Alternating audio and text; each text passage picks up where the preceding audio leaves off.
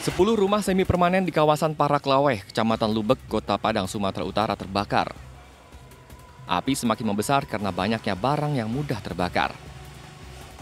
Api baru padam 1 jam kemudian setelah 7 unit mobil pemadam kebakaran tiba di lokasi. Akibat kebakaran ini, seorang warga pingsan dan langsung dibawa ke rumah sakit. Kita maksimalkan dulu untuk pemadaman. Nanti sambil kita susuri masih ada korban atau tidak. Untuk kondisi bangunan ini itu permanen atau semi permanen? Ini kalau yang terlihat semi permanen kan, karena gelap juga ini. Hingga kini aparat Polsek Lubek masih menyelidiki penyebab pasti kebakaran. Dari Padang, Sumatera Barat, Juabdi Nursyah untuk CSI RTV. 2 kakak beradik di Cilegon, Banten tewas usai sepeda motornya bertabrakan dengan truk trailer saat menuju ke sekolah. Sementara jasad perempuan tanpa kepala ditemukan di dalam karung di dermaga Pelabuhan Muara Baru, Jakarta Utara. Sahabat, inilah caratan seputar investigasi bersama saya, Ezra Hadianto.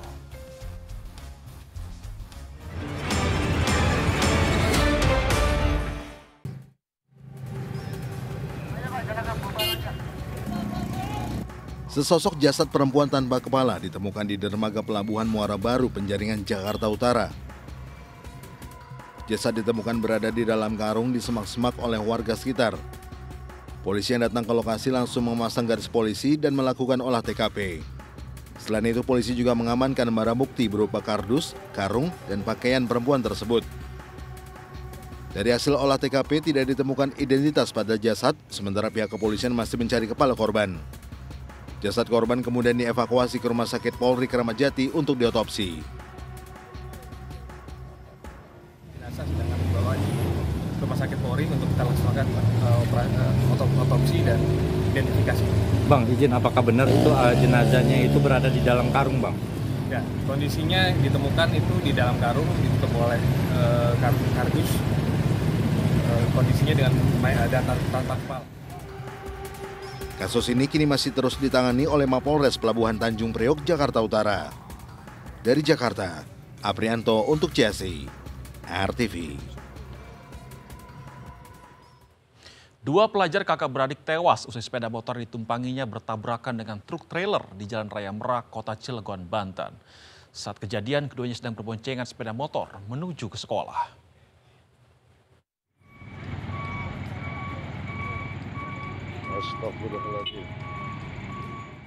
Kedua pelajar kakak beradik ini terkapar usai sepeda motor yang ditumpanginya bertabrakan dengan truk trailer di Jalan Raya Merak, Kota Cilegon, Banten. Kejadian bermula saat kedua korban berboncengan sepeda motor melaju dari arah Merak menuju Cilegon untuk berangkat sekolah. Namun saat di lokasi kejadian, korban berusaha menyalip motor lain di depannya. Naas, di saat yang bersamaan datang truk trailer dari arah berlawanan melaju menghindari angkot yang berhenti mendadak. Akibatnya, tabrakan pun tak terhindarkan.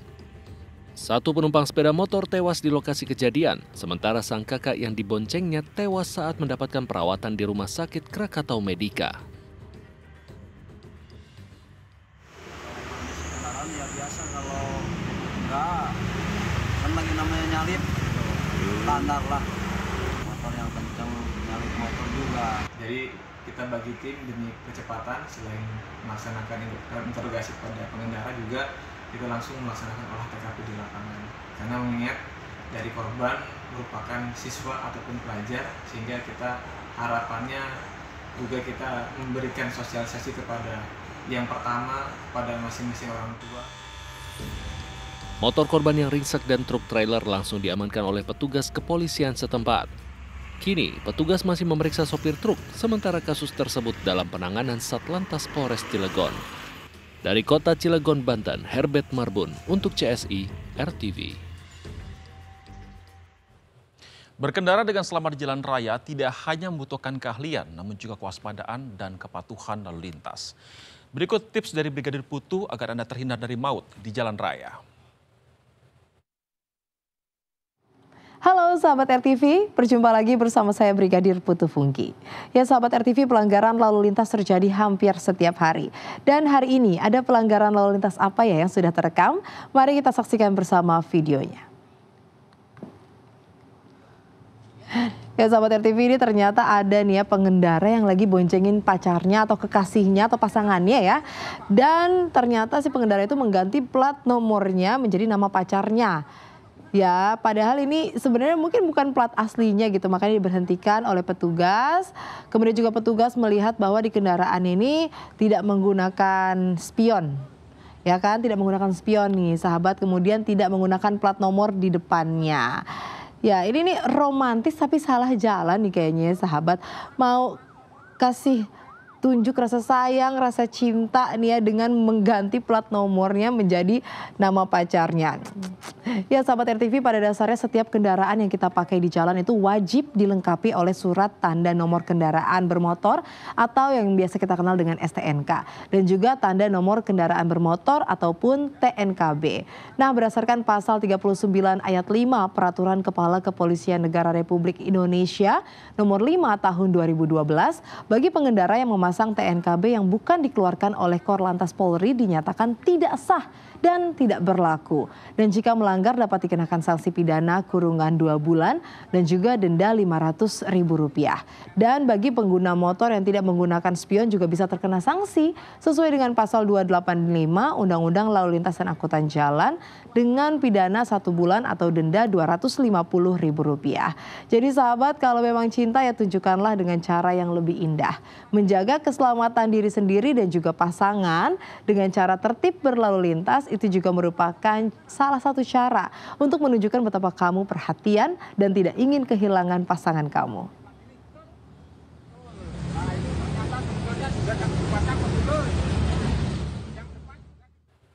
Aksi pencurian sepeda motor di Tanjung Priok, Jakarta Utara digagalkan oleh warga. Geram dengan ulah para pelaku, keduanya pun jadi bulan-bulan warga sebelum akhirnya dibawa ke Polsek Tanjung Priok.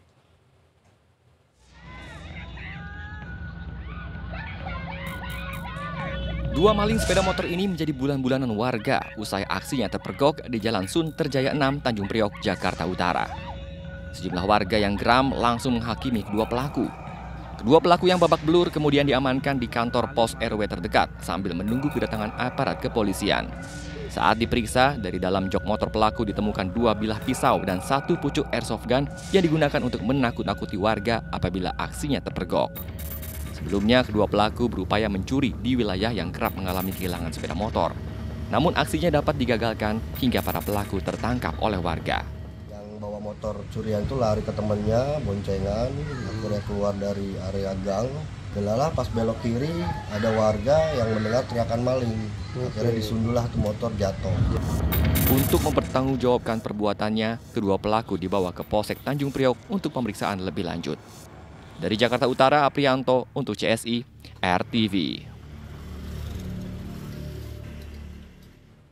Seorang wanita di Pekanbaru Riau menjadi korban penjamretan tas saat mengendarai sepeda motornya. Aksi kejahatan ini terekam CCTV dan menunjukkan upaya perlawanan dari korban.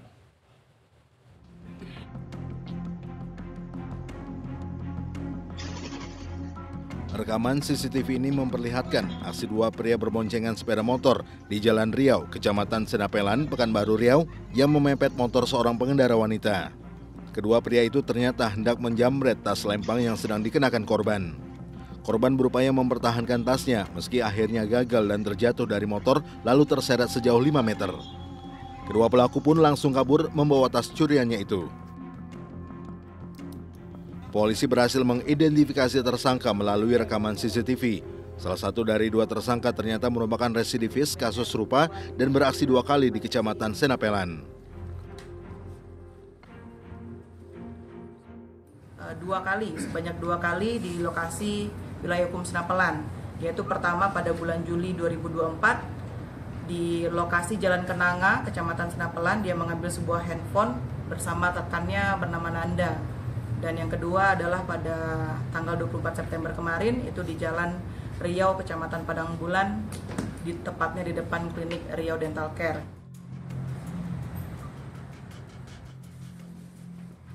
Dari penangkapan kedua tersangka, polisi turut mengamankan tas korban yang sempat dipertahankannya saat kejadian berisi 1 unit ponsel dan sejumlah uang tunai. Dari Pekanbaru Riau, Muhammad Yusri untuk CSI RTV. Mahkamah Agung menganulir vonis bebas Ronald Tanur sehari sebelum 3 orang majelis hakim diringkus. Dengan ini, 3 hakim dan pengacara dari Ronald Tanur resmi menjadi tersangka. Lantas bagaimana dengan nasib Ronald Tanur? Selengkapnya dalam liputan dalam JSI bagian kedua, Ronald Tanur dan ironi mafia peradilan.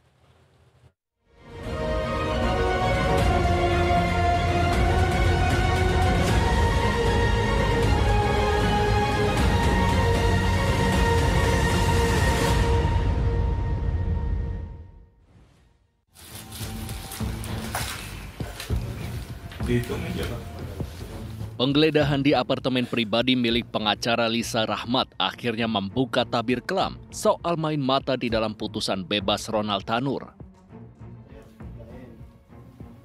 Uang-uang yang terdiri dari berbagai macam pecahan dan mata uang asing ini diduga kuat akan digunakan sebagai pelicin agar Ronald Tanur tak dipenjara atas kasus penganiayaan terhadap kekasihnya sendiri, Dini Sera Afrianti. Miliaran rupiah ditemukan di 6 lokasi yang berbeda, termasuk di dalam 3 rumah hakim dan 1 kantor pengacara di Surabaya, Jawa Timur. Operasi tangkap tangan terhadap Erin Tuah Damanik, Mangapul, dan Heri Hanindyo sebenarnya tidaklah mengejutkan. Sehari sebelumnya, Mahkamah Agung akhirnya menganulir vonis bebas yang diterima oleh Ronald Tanur. Mahkamah Agung akhirnya mengabulkan kasasi yang diajukan oleh Kejaksaan Negeri Surabaya. MA menyatakan jika Gregorius Ronald Tanur, anak dari Edward Tanur, terbukti secara sah dan meyakinkan bersalah telah melakukan tindak pidana penganiayaan mengakibatkan kematian dan harus dihukum penjara selama 5 tahun.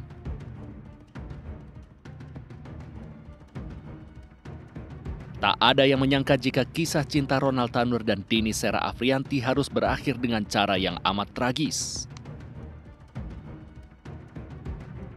Lebih dari itu, kasus ini selama 1 tahun terakhir ternyata bisa menyeret banyak orang lainnya untuk ikut masuk ke dalam penjara. Namun ada satu pertanyaan yang belum jua bisa terjawab. Siapakah kiranya yang menginisiasi atau berperan sebagai dalang utama di balik dugaan kasus suap ini? Siapa yang sebenarnya aktor intelektual? Siapa produsernya?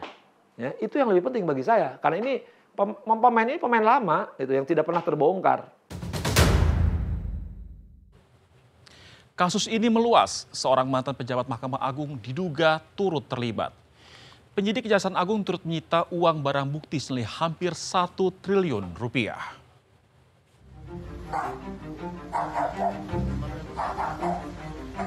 Gregorius Ronald Tanur kembali jadi pesakitan.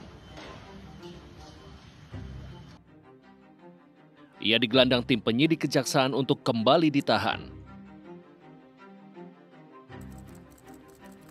Masa hukuman selama 5 tahun harus ia jalani sebagai akhir dari perjalanan kasus penganiayaan kekasihnya Dini Sera Afrianti hingga meninggal dunia. Namun, pengusutan kasus oleh tim penyidik kejaksaan tak berhenti hanya sampai di sini.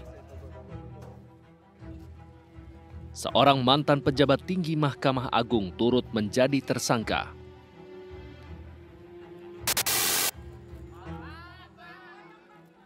ZR alias Zarof Richard turut menjadi tersangka dalam pusaran kasus Ronald Tanur.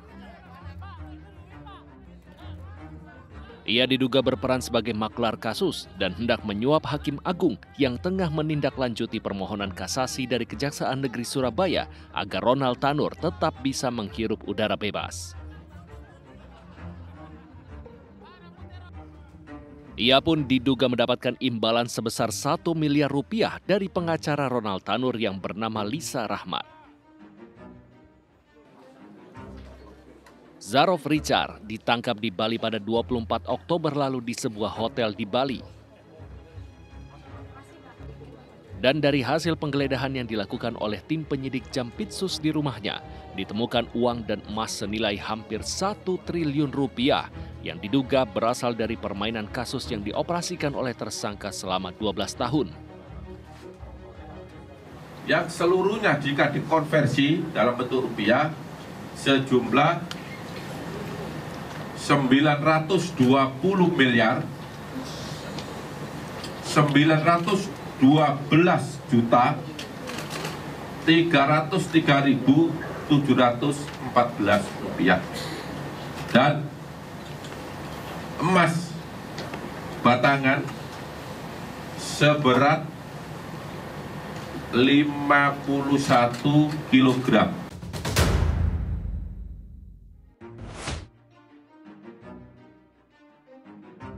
Tentu kita berharap pengusutan kasus ini bisa dilakukan secara menyeluruh. Siapa saja yang diduga terlibat harus diseret ke meja pengadilan. Termasuk soal siapa sosok yang diduga menginisiasi agar Ronald Tanur dapat bebas dari kasus ini. Tim Liputan untuk CSI RTV. Seorang pengedar narkoba ditangkap polisi di tempat persembunyiannya di kawasan Indramayu, Cirebon, Jawa Barat. Dari tangan pelaku, polisi menyita ratusan paket kecil sabu siap edar.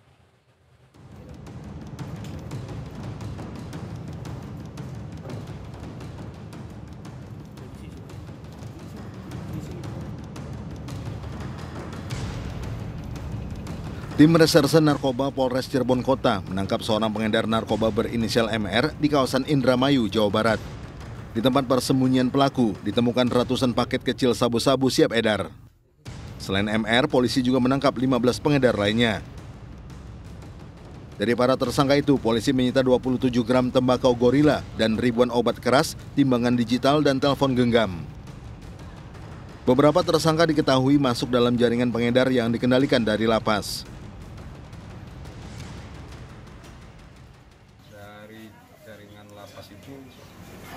Ada tiga yang sedang kita kembangkan. Itu lapas mana, Bang? Lapas mana, Bang? Lapas saja. Itu diedarkan di kota Cirebon, yang dari lapas itu? Rata-rata semua diedarkan dari kota Cirebon. Barangnya dari mana, Dan? Ya? Dapat barangnya dari mana, Dan? Dari luar atau gimana? Dari luar Cirebon. Akibat perbuatannya, para tersangka dijerat pasal narkoba dan undang-undang narkotika dan terancam hukuman 5 tahun penjara. Dari Cirebon, Jawa Barat, Abdul Rohman untuk CSI RTV. Kejahatan selalu ada di sekitar kita dan kewaspadaan menjadi satu-satunya cara menghindarkan diri dari bahaya. Saksikan catatan Seputar Investigasi Senin hingga Jumat pukul 23.30 waktu Indonesia Barat. Saya Ezra Hadianto. Sampai jumpa.